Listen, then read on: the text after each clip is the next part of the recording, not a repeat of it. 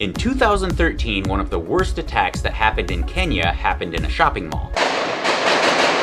But thanks to a short little text message that was sent from inside the mall during the attack, someone who never even considered himself to be a very brave person would end up saving many people's lives and become a national hero. But first, if you enjoy stories about heroes and what they did in real life to make them heroes, go ahead and hit all the buttons, make sure you're subscribed and you've got on the notifications so you don't miss any future uploads. Now for today's hero.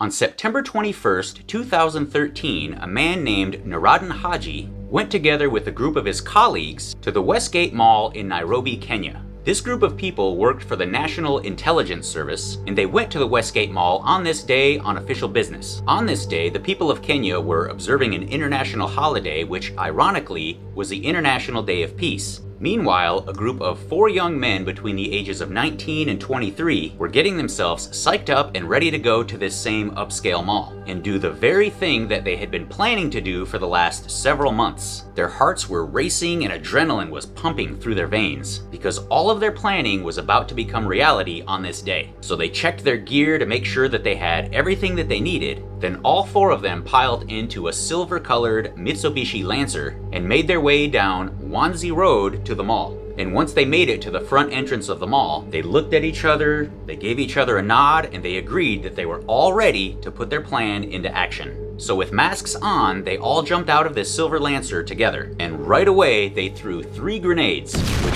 one hit a nearby coffee shop and the other 2 hit a nearby security booth. These 4 guys were recruited to carry out a massive attack on the Westgate Mall in Nairobi, Kenya. They were recruited by Al-Shabaab, which is a terrorist organization that has its headquarters in Somalia. Because of the planning that had been done before this day, they knew exactly the time of day when this mall was going to be the most crowded. So they chose this time to carry out the attack, which started right around 12:25 in the afternoon. There was an individual there named Parshu who was with a few others there at the mall. They were right in the middle of getting some popcorn when Parshu saw the grenades being thrown and then exploding. So Parshu, along with the others, being scared to death, immediately ran to the parking lot. They crawled underneath some cars in order to hide themselves from these attackers. After throwing these first 3 grenades, this group of 4, they split up into 2 pairs. 2 of them made their way into the main entrance, which was for people on foot, while the other 2 went along the front of the building towards the vehicle entrance. And this pair made it to a raised parking lot where there was currently a cooking competition for children going on right there on the roof. So these 2 masked men, they got closer and started lobbing some grenades towards this cooking competition. The grenades exploded, and survivors that were there reported seeing little body parts flying through the air. Then these attackers started shooting at the crowd indiscriminately. One of these men then yelled something in English, something that was against Christians and against Kenyans, which I will not say on YouTube, but the Wikipedia page that I use for part of the research of this story will be linked in the description, so if you're curious what they said, you can check it out there. The other 2 gunmen, they were at the main entrance and they were shooting at shoppers there. One of these shooters went into a restaurant named Urban Burger and started firing all around at the patrons that were inside that restaurant, ultimately killing 3 of them and wounding many others. These were mostly foreigners in this restaurant, not native to Kenya. Right then, this shooter that was in the Urban Burger, he takes out his phone and he actually makes a phone call to his uncle who was in Egypt. He tells his uncle to turn on the TV and to watch BBC News and Al Jazeera, saying proudly to his uncle, "I'm responsible for that. So go watch the news because that's me, and say goodbye to the family for me." At around 1:15 p.m., all 4 of these attackers, they regrouped and they met up in a supermarket called Nakumatt Supermarket right there in the mall. This supermarket was on the ground floor of the mall and it was one of the largest areas that was in the mall. And it was here in this supermarket where their first intense firefight happened against Kenyan security forces.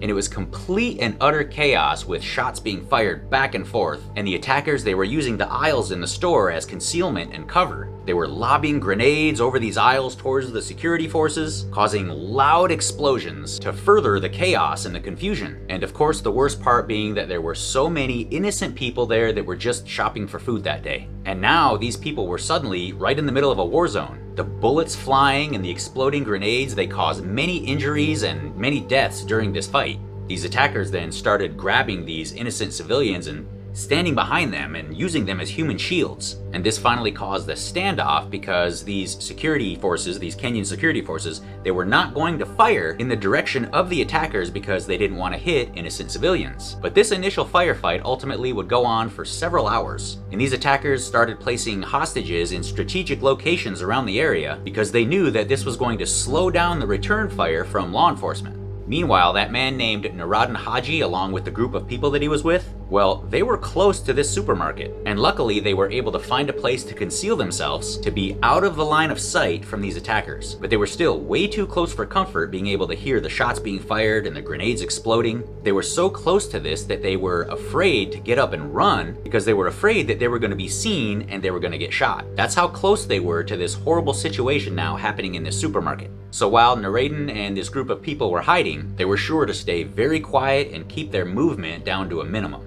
And while they were hiding, Nureddin pulls out his phone and he sent a short text message to his brother named Abdul Haji saying, "I'm trapped in Westgate, I think there are terrorists, pray for me." So all these innocent people, they're getting shot, they're getting blown up by grenades, they're being used as human shields, and people are dying. Now the thing about Nureddin and his brother Abdul, they were two sons of a man named Mohammed Yusuf Haji, who happened to be a prominent politician in Kenya. So because of this, it made it easier for Abdul to obtain a licensed gun in Kenya. Kenya doesn't have a Second Amendment like we do here in America, so having a legal gun there is usually not the easiest thing to do. But because of protection reasons, with their father being a prominent politician, this of course made it easier for Abdul to own a legal firearm in Kenya. And so when Abdul received this text message from his brother coming from the mall, he was actually in the middle of having breakfast at another mall in Nairobi. And when he got this message, he went home as fast as he could in order to arm himself. So he got home, he grabbed his pistol, and he sped off to the Westgate Mall. And when Abdul got to the mall, he assessed the situation the best he could, and it was extremely chaotic. People were screaming, people were running out of the mall in order to get to safety the best they could, and very quickly he saw some police officers there that were dressed in plain clothes, as well as some other armed civilians there that were already taking place in rescue efforts to try to get some of these people out of the mall into safety. So Abdul, he made sure his pistol was loaded, he joined up with these people and entered the mall with these other rescuers. And there were also several journalists there. One of them was named Goran Tomasevic.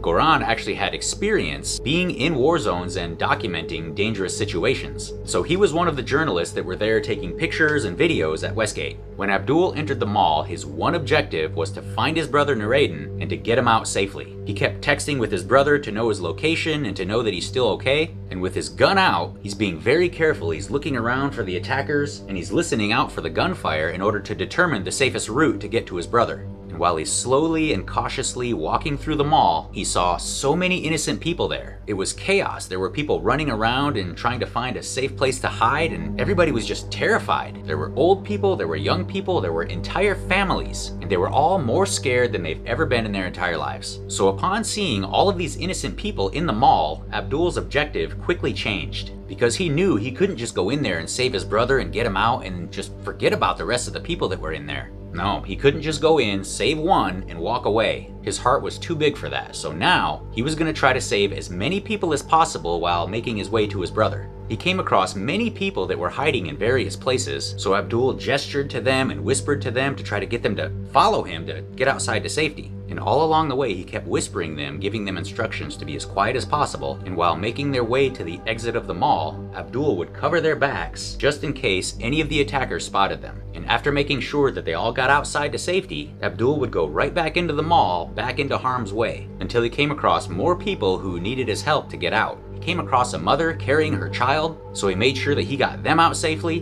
And many times, the groups of these people that he came across, they had young children in them. And they were all so scared, and understandably so. But Abdul, he made sure to keep himself nice and calm and cool and collected. And while leading them out, he would whisper to them that everything is going to be okay and that they were almost out, they were almost safe, reassuring them that it's almost over and they'll get to go home soon. Then after Abdul was sure that they were out of harm's way, he went back into the mall yet again to continue saving more people on the way to his brother. He came across a mother hiding with her children under a kiosk behind a table. They too were obviously frightened beyond belief, and Abdul knew that they desperately needed his help as well. especially because they were actually hiding right in the middle of the crossfire. So in this large open area of the mall where they were hiding under this kiosk, there were several pillars around going from the floor to the ceiling. So Abdul made his way and he hid behind one of these pillars with his gun in one hand, satisfied with his own cover and the distance from these people, and he's whispering to this mother named Catherine, who happens to be from America, and he whispers to her, "You need to run to me." Well, Catherine, she whispers back and she says, "I have 3 kids." So Abdul answers to her and he says, "Can you get one of them to run to me?" Catherine gives Abdul a nod and says, "Wait." The first one to come out of that hiding spot and to run over to Abdul was a 4-year-old little girl named Portia, and then Portia's siblings, and then last but not least, Catherine. And that journalist that I spoke of named Goran Tomasevic, he was there right at the moment when Portia got out from her hiding spot and ran over to Abdul, and he snapped this photo where Abdul was reaching out from behind the pillar to Portia as she was running towards him to be rescued. This became such an iconic photo for this rescue operation, and Abdul would say about this little Portia, this 4-year-old little girl, that it was so brave of her to just get up and run towards these strangers who have guns. Once Abdul got Portia and her family out of harm's way, he went back into the mall again and just kept repeating the process. And at one point, when Abdul was in the mall looking for more people, he actually came face to face with one of these terrorists. And as soon as he saw him, Abdul quickly ducked behind some cover. And the attacker actually spoke to Abdul, telling him to come closer. He said in Swahili to Abdul, "Kuja, kuja." And Abdul thinks to himself, "This guy's crazy. He thinks this is just a game." And then Abdul thinks, "I've got a pistol. Let me take a shot at him." So he pops out from behind the cover with his pistol. But at this point, the terrorist was already gone. But he got so close to being able to possibly take one out. Abdul was rescuing people for several hours before he even made it to his brother. But he finally did make it to his brother Nureddin, and he rescued him as well. And once Nureddin was safe, he joined in with the rescue efforts as well, helping more and more people make it safely out of the mall. Abdul Haji helped to rescue people for about 6 hours on the first day of this attack. On the second day, the third day, and the fourth day, it was more of a standoff between these attackers and the Kenyan security forces. And we don't know exactly how it ended due to conflicting reports, as well as the lack of transparency from the Kenyan government. But on either the third or the fourth day of this siege, all 4 terrorists were taken out. They were killed by the Kenyan security forces. And on the 4th day, Kenyan officials declared that the siege was over. Security forces had full control over the mall at this point, and all 4 of the attackers were confirmed dead.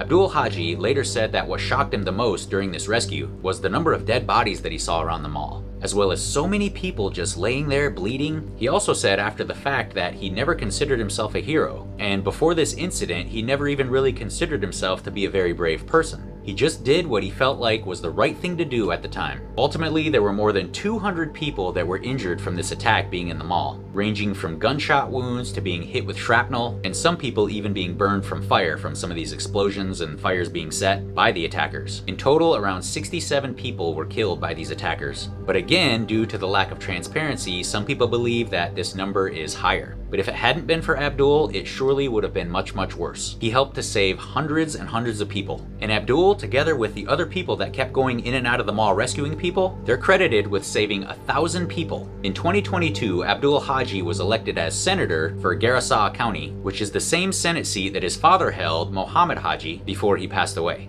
Abdul Haji still holds this Senate seat today. Thank you so much for watching all the way until the end. Feel free to leave me a comment if you so desire, and I will see you on the next video.